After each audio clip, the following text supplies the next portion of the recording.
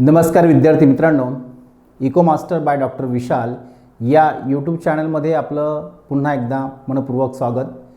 आजचा आपला टॉपिक आहे अतिशय महत्त्वाचा आहे, कारण आपण मागील लेक्चरमध्ये आपण अर्थव्यवस्था म्हणजे काय, अर्थव्यवस्थेची संकल्पना आणि अर्थव्यवस्थेचे प्रकार आपण पाहिले होते आणि आपला अर्थव्यवस्थेच्या संदर्भाने हे दुसरं महत्त्वाचं लेक्चर आपलं आहे।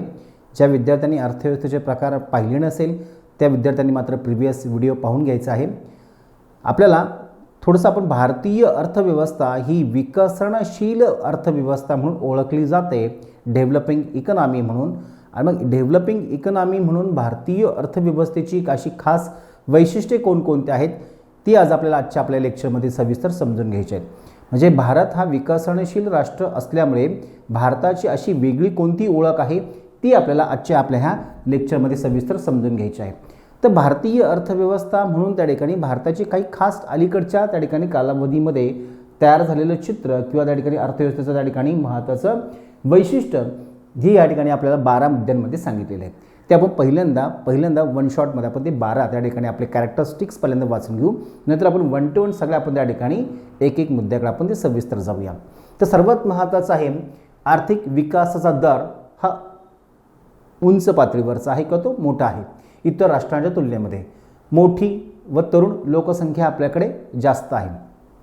तिसरं महत्त्वाचं आहे तुलनेने कमी दरडोई उत्पन्न आपल्याकडे आहे। क्षेत्रीय रचनात्मक आकृतीबंध आपल्या त्या ठिकाणी बदलतोय, म्हणजे आपल्याकडे सेक्टरल चेंजेस आपल्याकडे होत आहेत। पाचवं महत्त्वाचं आहे कृषीवरील रोजगाराचे मोठे अवलंबित्व मात्र आपल्याकडे आजही पाहायला मिळते। सहावं वैशिष्ट्य आहे सेवा क्षेत्राचे वर्चस्व वाढलेले आहे। सातवं वैशिष्ट्य आपल्याकडे अनौपचारिक क्षेत्राचे वर्चस्व मोठ्या प्रमाणात आहे। आठवं वैशिष्ट्य आहे गरिबी कमी मात्र विषमता आपल्याकडे कायम आहे। नववं वैशिष्ट्य आपल्याकडे आहे रोजगार निर्मितीचे आव्हान आपल्याकडे आहे। 10वं महत्त्वाचं वैशिष्ट्य आपल्याकडे आहे म्हणजे पायाभूत सुविधांचा विस्तार आपल्याकडे वाढलेला आहे। 11वं वैशिष्ट्य आहे डिजिटल अर्थव्यवस्था आपल्याकडे डिजिटल इकॉनॉमीकडे आपण एक पाऊल पुढे टाकलेलं आहे। आणि 12 म्हणजेच आधुनिक तंत्रज्ञानाचा वाढता वापर। अशी महत्त्वाची ही 12 लक्षणं 12 वैशिष्ट्ये आपल्या आजच्या घडीला किंवा आपल्या आजच्या परिस्थितीमध्ये भारताचं असं चित्र आहे। तर चित्र उभं करण्यासाठीचे 12 महत्त्वाचे कॅरेक्टरिस्टिक्स आहे ॲज अ इंडियन इकॉनॉमीचे कॅरेक्टरिस्टिक्स आपण त्या ठिकाणी आज आपण सविस्तर पाहणार आहोत। तर पहिल्या याच्यामध्ये जे पहिली 4 महत्त्वाची कॅरेक्टरिस्टिक्स आपण त्या ठिकाणी विचारात घेऊया। सर्वात महत्त्वाचं म्हणजे इथे उच्च आर्थिक विकास दर। उच्च आर्थिक विकास दर म्हणजे सर्वात महत्त्वाचं म्हणजे भारताचा विकास दर हा जो पाहिला तर आपल्याकडे तो जवळपास 7% जवळपास आपला विकास दर आहे। आणि हा विकास दर इतर विकसित राष्ट्रांशी आपण तुलना केली तर तो इतका अतिशय समाधानकारक आहे, कारण आपला विकास दर जो 7% आहे त्यापेक्षा आणखी कितीतरी त्या ठिकाणी आपल्या संख्येने त्या ठिकाणी तो विकास दर इतर राष्ट्रांचा आहे। अमेरिका जर पाहिली तर अमेरिकेस त्या ठिकाणी आपल्याकडे त्याची जर इकॉनॉमी पाहिली तर ते अमेरिकन इकॉनॉमी जवळपास आपल्याकडे त्या ठिकाणी कितीतरी पटीने आपल्या त्यापेक्षा मोठी इकॉनॉमी आहे। म्हणजे जवळपास आपल्याकडे त्या ठिकाणी 60 ते 70 ट्रिलियन डॉलरची आपल्याकडे ती इकॉनॉमी आहे। आणि मग ती एवढी मोठी ट्रिलियन इकॉनॉमी, त्या ट्रिलियन इकॉनॉमीचा मात्र विकास दर किती आहे, फक्त 2% आहे। किती आहे, 2%। त्यांचा विकास दर किती आहे, 2% अमेरिकेचा। चीनची इकॉनॉमी ही जवळपास 25 ते 30 ट्रिलियन डॉलरची आहे आणि त्यांचा विकास दर हा 4 ते 5% एवढा आहे। म्हणजे विकासाचा दर त्यांचा जर पाहिला त्यांची इकॉनॉमीचा आकारही मोठा आहे, मात्र विकासाचा दर किती आहे, 4 ते 5% आहे। भारताच्या अर्थव्यवस्थेचा आकार जर पाहिला आपण ट्रिलियन इकॉनॉमी म्हणजे पाहिली तर आपल्याकडे ती 4.5 म्हणजे 4.5 ट्रिलियन डॉलरची आपली अर्थव्यवस्था आहे। आणि आपला भारताचा विकास दर किती आहे, 7 ते जवळपास 7.5% आपला भारताचा विकास दर आहे। म्हणजेच आपल्याकडे हे चांगलं महत्त्वाचं वैशिष्ट्य आहे, म्हणजे आपल्याकडे उच्च आर्थिक विकास दर आपल्याकडे सर्वात जास्त इतर देशांशी आपण तुलना करता। दुसरं महत्त्वाचं आपल्याकडे वैशिष्ट्य म्हणजे मोठी व तरुण लोकसंख्या आपल्याकडे जास्त आहे। आपल्याकडे भारताकडे एक मोठ्या आशेने सगळं जग पाहत आहे ते या अर्थाने, कारण आपल्याकडे सर्वात मोठी तरुणांची लोकसंख्या आपल्याकडे जास्त आहे। म्हणजे आपल्याकडे डेमोग्राफिक डिव्हिडंड जर आपण विचार केला तर एकूण लोकसंख्येच्या वर्गीकरणामधला सर्वात महत्त्वाचा म्हणजे तरुण वर्ग आपल्याकडे एकूण लोकसंख्येपैकी 37 कोटी म्हणजे आपल्याकडे तो मोठ्या प्रमाणात आपल्याकडे ती लोकसंख्या आपल्याकडे आहे. आणि आपण एकूण त्याचं प्रमाण पाहिलं तर आपल्याकडे वय वर्ष 35 पर्यंतची लोकसंख्या जर विचारात घेतली तर आपल्याकडे ती जवळपास ती 60% आहे. म्हणजे आपल्याकडे तरुणांचं प्रमाण आपल्याकडे जास्त आहे आणि आपल्याकडे सर्वात महत्त्वाचं मग वय वर्ष 35 पर्यंतची असणारी लोकसंख्या देखील आपल्याकडे जास्त आहे. म्हणजे आपल्याकडे तरुण वर्गाचं प्रमाण आपल्याकडे सर्वात जास्त आहे. म्हणून आपल्याकडे इतर देशांशी तुलना करता आपल्याकडे त्या ठिकाणी पर्चेसिंग पॉवर PP हा आपल्याकडे सर्वात स्ट्रॉंग आहे. पर्चेसिंग पॉवर म्हणून आपल्याकडे जागतिक बाजारपेठ म्हणून भारताकडे पाहिलं जातंय. हे आपलं एक महत्त्वाचं लक्षण आहे. कारण आपल्याकडे जगातल्या सगळ्याच बाजारपेठा किंवा जगातल्या सगळेच उद्योगधंदे आपल्या देशाकडे का येऊ पाहत आहेत? कारण आपल्याकडे प्रचंड मोठी असणारी तरुणांची लोकसंख्या 15 ते 29 वर्षापर्यंतची तरुण वर्गांची संख्या आपल्याकडे त्या ठिकाणी सर्वात 25 म्हणजे त्या ठिकाणी जवळपास आपल्याकडे 30% आहे. आणि ते प्रमाण आपल्याकडे 37 कोटी एवढं आहे. आणि आपल्याकडे 35 वर्षापर्यंतची लोकसंख्या जर पाहिली म्हणजे 15 ते 35 या वयोगटातली लोकसंख्या जर पाहिली तर आपल्याकडे 15 ते 35 या वयोगटामधले त्या ठिकाणी आपल्याकडे जवळपास 60% लोकसंख्या आपल्याकडे आहे. त्यामुळे आपल्याकडे पर्चेसिंग पॉवर आपल्याकडे जास्त आहे. हे आपल्याकडे सकारात्मक बाब आहे. तिसरं महत्त्वाचं वैशिष्ट्य आहे तुलनेने कमी दरडोई उत्पन्न. आपल्याकडे तुलनेने आपलं दरडोई उत्पन्न मात्र ते कसं आहे? कमी आहे. दरडोई उत्पन्न म्हणजे काय हेही आपण त्या ठिकाणी एका लेक्चरमध्ये आपण पाहिलेलं आहे. दरडोई उत्पन्न म्हणजे एकूण राष्ट्रीय उत्पन्नाला देशातील एकूण लोकसंख्येने भागले असता मिळणाऱ्या उत्पन्नास आपण दरडोई उत्पन्न म्हणतो.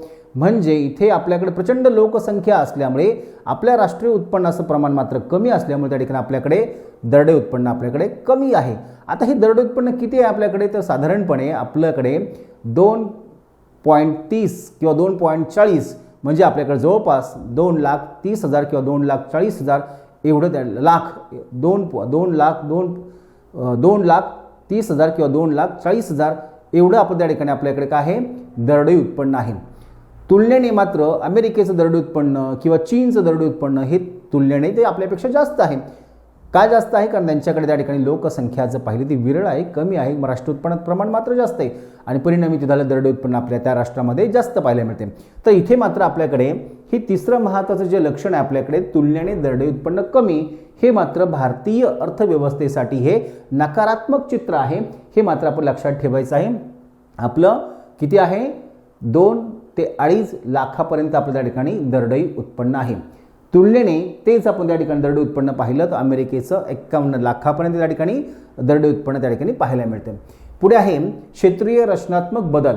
आता क्षेत्रीय रचनात्मक बदल म्हणजेच आपल्या भारतीय अर्थव्यवस्थेच्या त्या ठिकाणी आकृतीबंध स्ट्रक्चरल त्या ठिकाणी चेंजेस आपल्याकडे मोठ्या प्रमाणात होते. म्हणजे शेती क्षेत्र आणि त्या शेती क्षेत्रामधनं त्या ठिकाणी आपल्याकडे मोठी लोकसंख्या आपल्याकडे औद्योगिक क्षेत्राकडे मायग्रेट होते आणि औद्योगिक क्षेत्रामध्ये देखील काही लोकसंख्या आपल्याकडे सर्व्हिस सेक्टरकडे मायग्रेट होते. म्हणजे आपल्याकडे आपली अर्थव्यवस्था शेतीकडून उद्योगाकडे आणि उद्योगाकडून सेवा क्षेत्राकडे त्या ठिकाणी आपल्याकडे काय होती?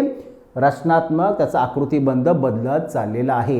कालपर्यंत आपण शेती श्रेष्ठ, उद्योग मध्यम आणि सेवा कनिष्ठ मानत होतो. मात्र आता आपलं चित्र बदललेलं आहे. आता आपण त्या ठिकाणी सेवा श्रेष्ठ, उद्योग मध्यम आणि शेती कनिष्ठ मानू लागलेलो आहे. म्हणजे आपल्याकडे थोडक्यात आपल्याकडे शेती, उद्योग आणि सेवा याकडे पाहण्याचा दृष्टिकोन बदलत चालला आहे आणि पर्यायाने आपल्याकडे तो आकार चित्र देखील आपल्याकडे ते बदलत आहे. म्हणजे आपल्याकडे क्षेत्रीय रचनात्मक आकृतीबंध आपल्याकडे बदलत चाललेला आहे आणि ते आपल्याकडे वास्तविक परिस्थिती आपल्याला ती पाहायला मिळते. शेती त्या ठिकाणी आपल्याकडे करण्यासाठी किंवा शेतीकडे पाहण्याचा लोकांचा दृष्टिकोन त्या ठिकाणी गौण झालेला आहे किंवा तो कमी झालेला आहे. तुलनेने सेवा आणि उद्योग क्षेत्रात त्या ठिकाणी वर्चस्व किंवा महत्त्व आपल्याकडे ते वाढताना पाहायला मिळतंय. म्हणून आपल्याकडे हे महत्त्वाचं अलीकडे झालेला हा बदल आहे. क्षेत्रीय रचनेत आपल्याकडे बदल होतोय. पुढची आपण 4 वैशिष्ट्ये पाहूया. 5 नंबरचं वैशिष्ट्य आहे ते म्हणजे कृषीवरील रोजगाराचे मोठे अवलंबित्व. आपल्याकडे आजही त्या ठिकाणी आपल्याकडे जरी आपण त्या ठिकाणी सेक्टरल चेंजेस आपण त्या ठिकाणी आत्ताच एक वैशिष्ट्य आपण पाहिलेलं आहे. जरी आपल्याकडे त्या ठिकाणी शेतीकडनं उद्योगाकडे त्या ठिकाणी आपलं मायग्रेशन होते पण आपल्याकडे आजही आपल्याकडे सेक्टरल चेंजेस आपला 100% त्या ठिकाणी बदललेला नाही.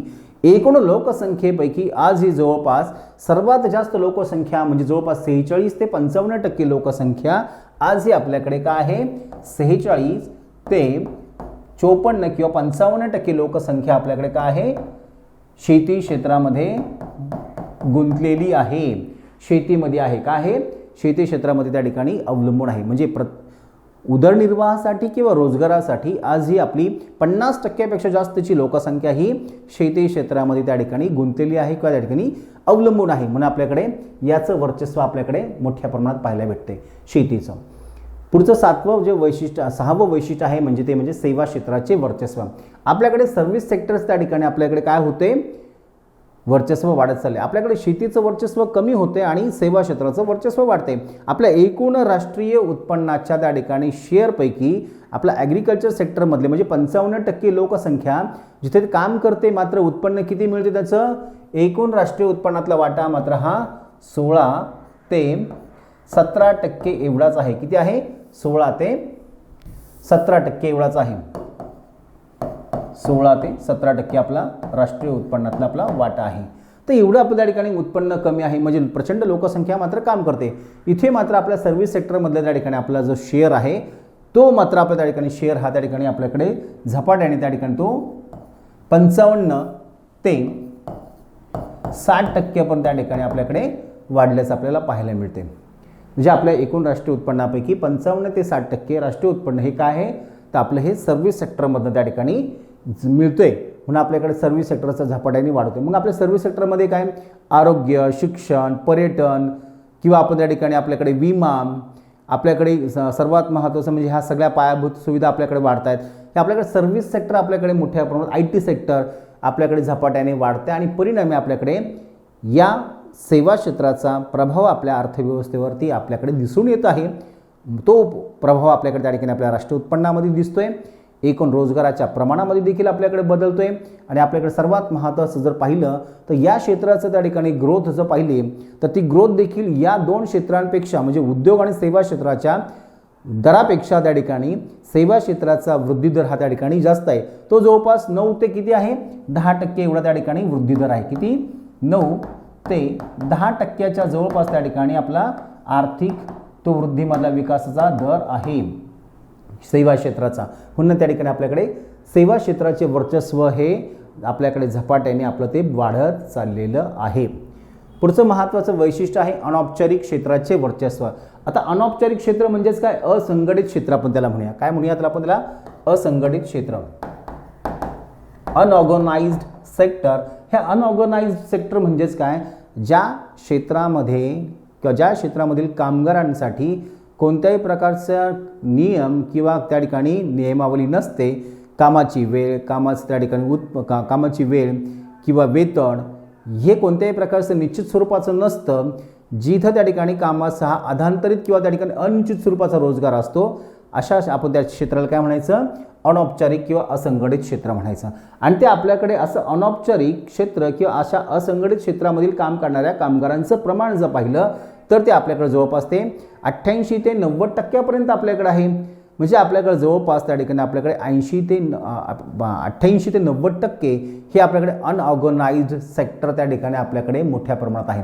आणि हे जर त्या ठिकाणी आपल्याकडे अनौपचारिक क्षेत्र जेवढं जास्त मोठ्या प्रमाणात असेल तेवढी आपली आर्थिक आणि सामाजिक स्थित्यांतरे देखील अनिश्चित स्वरूपाची राहतात. आणि पर्यायाने आपल्याकडे त्या ठिकाणी आपली सामाजिक सोशो इकॉनॉमिक स्टेटस आपल्याकडे त्या ठिकाणी लोकांचं हे स्थिरावत नाही आहे किंवा त्या ठिकाणी त्यांना ते मेंटेन करता येत नाही. कारण आपल्याकडे रोजगार हा कसा आहे आपल्या म्हणजे त्या ठिकाणी आपल्याकडे ILOच्या म्हणजे इंटरनॅशनल लेबर ऑर्गनायझेशनच्या आकडेवारीनुसार आपल्याकडे एवढ्या मोठ्या प्रमाणात त्या ठिकाणी आपल्याकडे अनऑर्गनाइज्ड सेक्टरमधले त्या ठिकाणी एम्प्लॉईज आहे किंवा त्या ठिकाणी वर्कर आहेत. आणि म्हणून आपल्याकडे ती विकासाची स्थिती आपल्याकडे त्या ठिकाणी अनिश्चित स्वरूपाची राहते. असंघटित क्षेत्रातील कामगारांचं प्रमाण. पुढे आहे गरिबी कमी पण विषमता कायम आहे. इथे काय आहे गरिबी कमी पण विषमता कायम आहे. इथे आपल्याकडे गरिबीचं प्रमाण आपल्याकडे मागील काही दशकांमधले पाहिले आकडेवारी तर आपल्याकडे गरिबीचं प्रमाण म्हणजे दारिद्र्याची आकडेवारी पॉवर्टीचं प्रमाण आपल्याकडे कमी होते. मात्र आपल्याकडे गरीब आणि श्रीमंत हा जो त्या ठिकाणी दरी आहे ती मात्र आपल्याकडे विषमतेची ती मात्र आपल्याकडे कायमची आपल्याकडे पाहायला मिळते. म्हणजेच काय, तर आपल्याकडे दारिद्र्याची आकडेवारी जर आपण पाहिली तर ते प्रमाण आपल्याकडे जर पाहिलं तर 53% आपण दारिद्र्याचं प्रमाण हे 19% आपण खाली आलेलं आहे. आणि इथे मात्र आपल्याकडे विषमता मात्र आपल्याकडे ती आजही पाहायला मिळते. म्हणजे आपल्याकडे दारिद्र्याचं प्रमाण एकीकडे रिड्यूस होतं आहे, पण विषमता मात्र आपल्याकडे जी आहे ती मात्र ती जैसे थे हे आपल्याला पाहायला मिळते. म्हणून आपल्याकडे आर्थिक विषमता ही सगळ्यात महत्त्वाची आहे. एक्स्ट्रीम पॉवर्टी आपल्याकडे जर पाहिली तर ती किती आहे, 16% आलेली आहे. आणि आपल्याकडे 2022-23मध्ये ते 2.3 एवढी ती कमी झाली आहे. मात्र आपल्याकडे त्या ठिकाणी आज हे आपल्याकडे सामाजिक आणि आर्थिक आपल्याकडे मोठ्या प्रमाणात विषमता आपल्याला पाहायला मिळते. म्हणून आपल्याकडे हे महत्त्वाचं लक्षण आहे. गरिबीचं प्रमाण कमी, मात्र विषमता आपल्याकडे जास्त आहे. पुढचे वैशिष्ट्य आहेत रोजगार निर्मितीचे आव्हान आपल्याकडे आहेत. आता रोजगार निर्मितीचे आव्हान म्हणजेच काय, आपल्याकडे बेकारीचं प्रमाण आपल्याकडे जास्त आहे. आता रोजगार निर्मिती निर्माण करण्यासाठीचं चॅलेंजेस आपल्या इकॉनॉमीच्या पुढे आहे. कारण आपल्या इकॉनॉमीचं जर आपण वर्गीकरणाचा भाग पाहिला तर भारत हा त्या ठिकाणी कृषीप्रधान देश आहे. भारत हा विकसनशील देश आहे. आणि मग भारत हा विकसनशील असेल तर भारताचा 100% विकास झालेला नाही आहे. पर्यायीने आपल्या शेतीचा 100% विकास नाही, उद्योगाचा 100% विकास नाही, आणि आपल्या सेवा क्षेत्राचा देखील आपल्याकडे 100% विकास झालेला नसल्यामुळे पर्याप्त रोजगार निर्मिती आपल्या ह्या तीनही क्षेत्रांमध्ये होत नाही. म्हणून आपल्याकडे रोजगार निर्मितीचे आव्हान आपल्यापुढे निर्माण झालेलं आहे. म्हणजे आपल्याकडे शेतीमध्ये पण 100% रोजगार निर्माण करण्याचे आपल्याकडे चान्सेस नाही आहे, औद्योगिक क्षेत्रामध्ये पण नाही आणि सेवा क्षेत्रामध्ये पण नाही. कारण तिन्ही क्षेत्रांचा आपल्याकडे 100% विकास झालेला नाही. पुढे महत्त्वाचं वैशिष्ट्य आहे पायाभूत सुविधांचा विस्तार. आपल्याकडे पायाभूत सुविधा हा विकासाची प्राथमिक मूळ अट समजली जाते. म्हणजे विकास जर साध्य करायचा असेल तर विकासासाठी आपल्याला प्राथमिक स्वरूपाच्या आपल्याला पायाभूत सुविधा पहिल्यांदा असणं आवश्यक आहे. आणि मग त्या पायाभूत सुविधा ह्या वेगवेगळ्या असतात. मग त्या पायाभूत सुविधा, त्या विकासाच्या पायाभूत सुविधा वेगळ्या, ॲग्रिकल्चर सेक्टरच्या विकासासाठीच्या पायाभूत सुविधा वेगळ्या, सामाजिक विकासासाठीच्या सामाजिक पायाभूत सुविधा वेगळ्या. आणि मग आपल्याकडे ह्या सगळ्या पायाभूत सुविधांचा जर विचार केला, बेसिकली त्या ठिकाणी आपल्याकडे विकासासाठीच्या आवश्यक असणाऱ्या पायाभूत सुविधा ज्या आपण आहेत त्या म्हणजेच रस्ते, वीज, पाणी किंवा त्या ठिकाणी तुमचं लोहपोलाद, रसायने, बँकिंग, ह्या सगळ्या पायाभूत सुविधा आपल्याकडे अलीकडच्या कालावधीमध्ये झपाट्याने वाढत आहेत. आपल्याकडे मोठ्या प्रमाणात आपण त्या ठिकाणी ह्या सगळ्या पायाभूत सुविधा वाढत असल्यामुळे आपल्याकडे मोठ्या प्रमाणात बाजारपेठांचा विस्तार आपल्याकडे वाढताना दिसतोय. आपल्याकडे मेट्रो सिटी आपल्याकडे मोठ्या प्रमाणात वाढताना आपल्याला दिसते. म्हणून आपल्याकडे काय झालेलं आहे, आपल्याकडे पायाभूत सुविधांचा विस्तार आपल्याकडे मोठ्या प्रमाणात वाढतोय. एक्सपॅन्शन ऑफ इन्फ्रास्ट्रक्चर आपल्या ह्या इकॉनॉमीचं अलीकडचं महत्त्वाचं गुडविल निर्माण करणारं कॅरेक्टरिस्टिक्स आहे असं म्हटलं तरी चालेल. पुढे आहे शेवटचं आपलं 10 नंबर पाहूया आपण. आधुनिक तंत्रज्ञान, मॉडर्न टेक्नॉलॉजी. आपल्या अर्थव्यवस्थेमध्ये आणखीन एक महत्त्वाचं आपलं कॅरेक्टरिस्टिक्स म्हणून त्या ठिकाणी आपण मॉडर्न टेक्नॉलॉजी हा एक आपलं महत्त्वाचं लक्षण आहे. आता मॉडर्न टेक्नॉलॉजी म्हणजे काय, आपल्याकडे सर्वात महत्त्वाचं पहा, आपल्याकडे हायटेक टेक्नॉलॉजीचा आपण त्या ठिकाणी मोठ्या प्रमाणात वापर करतोय. बुलेट ट्रेन आपल्याकडे आहे, मेट्रो आहे, इलेक्ट्रिक बाईक आल्यात, कार आल्यात, आणि मोठ्या प्रमाणात त्या ठिकाणी आपण काय करतो आहे, हायटेक टेक्नॉलॉजीचा मोठ्या प्रमाणात त्या ठिकाणी अवलंब करतोय, स्वीकार करतोय आणि त्याचा वापर देखील आपण वाढवतोय. आणि पर्यायीने आपण त्या ठिकाणी आपली इकॉनॉमी किंवा भारत आणि भारतीय अर्थव्यवस्था ही मॉडर्न टेक्नॉलॉजीकडे त्या ठिकाणी वाटचाल करत असल्याचं आपलं चित्र आपल्या भारतीय अर्थव्यवस्थेमध्ये हे पाहायला मिळते. म्हणून आपल्याकडे मॉडर्न टेक्नॉलॉजी आपण ती अडॉप्ट केलेली आहे आणि त्याचा पर्यायीने वापर देखील वाढवत आहे. आपल्याकडे आणखीन इथे एक महत्त्वाचं त्यालाच अनुषंगाने आहे डिजिटल इकॉनॉमी. इथे 11 नंबर इथे मुद्दा होता. 12 नंबर शेवटचा आहे डिजिटल इकॉनॉमी. तर भारतीय अर्थव्यवस्था ही डिजिटल इकॉनॉमी होईल का, किंवा भारतीय अर्थव्यवस्था ही डिजिटल इकॉनॉमी करण्यासाठी आपल्याकडे तेवढी क्षमता आहे का, असा प्रश्न आपल्याकडे पॅन्डेमिक सिच्युएशनच्या कालावधीमध्ये बऱ्याचशा लोकांनी तो उपस्थित केला. त्याच्यावरती खूप सारी साधक बाधक चर्चा झाली. मात्र आज आपण मितीला जर पाहिलं तर आपली इकॉनॉमी ही डिजिटल इकॉनॉमीच्या दिशेने 100% एक नाही 2 पावलं मात्र आपल्या भारतीय अर्थव्यवस्थेने उचललेली आहे. कारण भारतामध्ये मोठ्या प्रमाणात त्या ठिकाणी आपण जर पाहिलं तर आपले सगळे व्यवहार सगळे आपले व्यवहार हे काय झालेले आहेत, ऑनलाईन झालेले आहेत. म्हणजे आपल्याकडे सगळे पेमेंट आपले हे ऑनलाईन करतोय आपण आता. म्हणजे इतर जगातल्या सगळ्या देशांपेक्षाही सर्वात जास्त UPIचा वापर आपला भारत करतोय आणि म्हणून आपल्याकडे त्या ठिकाणी UPIचा सगळ्यात वापर त्या ठिकाणी मग ऑनलाईन पेमेंट करण्यासाठी गुगल पे असेल, फोनपे असेल, भीम ॲप असेल किंवा इतर आणखीन काही ऑनलाईन प्लॅटफॉर्म असतील, त्या प्लॅटफॉर्मचा वापर करून त्या ठिकाणी आपले सगळेच आर्थिक व्यवहार आपण त्या ठिकाणी ऑनलाईन मोडवर करतोय. तर आपण अनेक मोठ्या प्रमाणात खरेदी विक्री देखील आपली त्या ठिकाणी मार्केटिंग आपलं ऑनलाईन आलेलं आहे आणि म्हणून आपल्याकडे त्या ठिकाणी आपली इकॉनॉमी ही डिजिटल इकॉनॉमीच्या दिशेने आपली वाटचाल करत आहे. म्हणून आपण त्या ठिकाणी हे एक देखील आपलं भारतीय अर्थव्यवस्थेचं महत्त्वाचं वैशिष्ट्य आहे, डिजिटल इकॉनॉमी. म्हणून आपल्याला अशा प्रकारे भारतीय अर्थव्यवस्था ही डिजिटल इकॉनॉमी म्हणून देखील झपाट्याने पुढे ती जात आहे. आता सर्वात महत्त्वाचं म्हणजेच काय, शेवटी आपण जर कन्क्लुजन पाहिलं तर सर्वात महत्त्वाचं, भारत हा झपाट्याने विकसनशील अर्थव्यवस्था म्हणून त्या ठिकाणी जुनी जी काही लक्षणं आपली होती ती आपण पाठीमागे सोडलीत. म्हणजे भारत हा ग्रामीण अर्थव्यवस्था होती, मागास अर्थव्यवस्था म्हणून होती किंवा आपल्या भारतीय अर्थव्यवस्थेमध्ये त्या ठिकाणी अनेक मागासलेपणाची लक्षणं किंवा वैशिष्ट्य आपल्याकडे होती. मात्र ती आपण त्या ठिकाणी पाठीमागे टाकत आपण आता त्या ठिकाणी बरेचसे त्या ठिकाणी सकारात्मक लक्षणं आपल्या अर्थव्यवस्थेला आपण ती जोडलीत आणि ती सकारात्मक लक्षणं जोडलेली आहेत आणि भारत हा झपाट्याने पुढे वाटचाल करतोय. आपण म्हणूनच भारताला काय म्हणतात, इमर्जिंग त्या ठिकाणी इकॉनॉमी म्हणून त्या ठिकाणी इन्क्लुझिव्ह ग्रोथ करणारी इकॉनॉमी म्हणून ओळखली जाते. आणि मग झपाट्याने सर्वसमावेशक विकास साध्य करत असताना भारताच्या पुढे मात्र काही समस्या देखील आहेत, त्या देखील आपण विचारात घेणं काही गरजेचं आहे. म्हणजे सर्वात महत्त्वाचं म्हणजे निष्कर्ष जर पाहिला तर भारताची ताकद ही सगळ्यात महत्त्वाचं, ग्रोथ आपले झपाट्याने म्हणजे आपला ग्रोथ रेट आपला जास्त चांगला आहे, स्ट्रॉंग आहे. आपल्याकडे पॉप्युलेशन डिव्हिडेशन हे जर डेमोग्राफिक डिव्हिडंड जर पाहिलं आपला तर तरुणांची संख्या आपल्याकडे मोठ्या प्रमाणात आहे. आपल्याकडे झपाट्याने सर्व्हिस सेक्टर त्या ठिकाणी मोठ्या प्रमाणात वाढते आणि सर्वात महत्त्वाचं डिजिटलायझेशन आपल्याकडे वाढते. म्हणजे इथे आपल्याकडे ग्रोथ हा महत्त्वाचा पहिला फॅक्टर आपल्याकडे प्लस पॉईंटमध्ये आहे. यंग पॉप्युलेशन हा देखील आपला सेकंड महत्त्वाचा फॅक्टर आपल्याकडे आहे. सर्व्हिस सेक्टरचा आपल्याकडे झपाट्याने होणारी वाटचाल आपल्याकडे महत्त्वाची आहे आणि डिजिटलायझेशन आपल्याकडे त्या ठिकाणी तंत्रज्ञान आपल्याकडे किंवा आपल्याकडे काय होतं, आपण आधुनिक तंत्रज्ञानाचा मोठ्या प्रमाणात आपण वापर करतोय. ही झाली आपली महत्त्वाची प्लस बाजू. तसंच आपल्याकडे काही महत्त्वाची आव्हानं पण आहेत, काही चॅलेंजेस पण आहेत. त्यामध्ये सर्वात महत्त्वाचं म्हणजे आपल्याकडे जॉब, जसं आपण त्या ठिकाणी म्हणालो की आपल्याकडे रोजगार निर्मितीचं आव्हान आपल्यापुढे आहे. प्रोडक्टिव्हिटी म्हणजे लो प्रोडक्टिव्हिटी हा देखील आपल्या पुढचं महत्त्वाचं चॅलेंजेस आहे. आणि तिसरं म्हणजे इनइक्वॅलिटी, जे आपण इथे पाठीमागच्या याच्यामध्ये पाहिलं होतं की आपल्याकडे गरिबी कमी आहे पण विषमता जास्त आहे. तर अशा प्रकारे आपले हे 3 महत्त्वाचे बेसिक प्रॉब्लेम्स पण आपल्या अर्थव्यवस्थेपुढे आहेत. ते म्हणजे जॉब क्रिएशन किंवा रोजगार निर्मिती, दुसरं लो प्रोडक्टिव्हिटी आणि तिसरं म्हणजे इनइक्वॅलिटी. असे महत्त्वाचे आपल्याकडे पुढे चॅलेंजेस देखील आपल्या अर्थव्यवस्थेपुढे आहेत.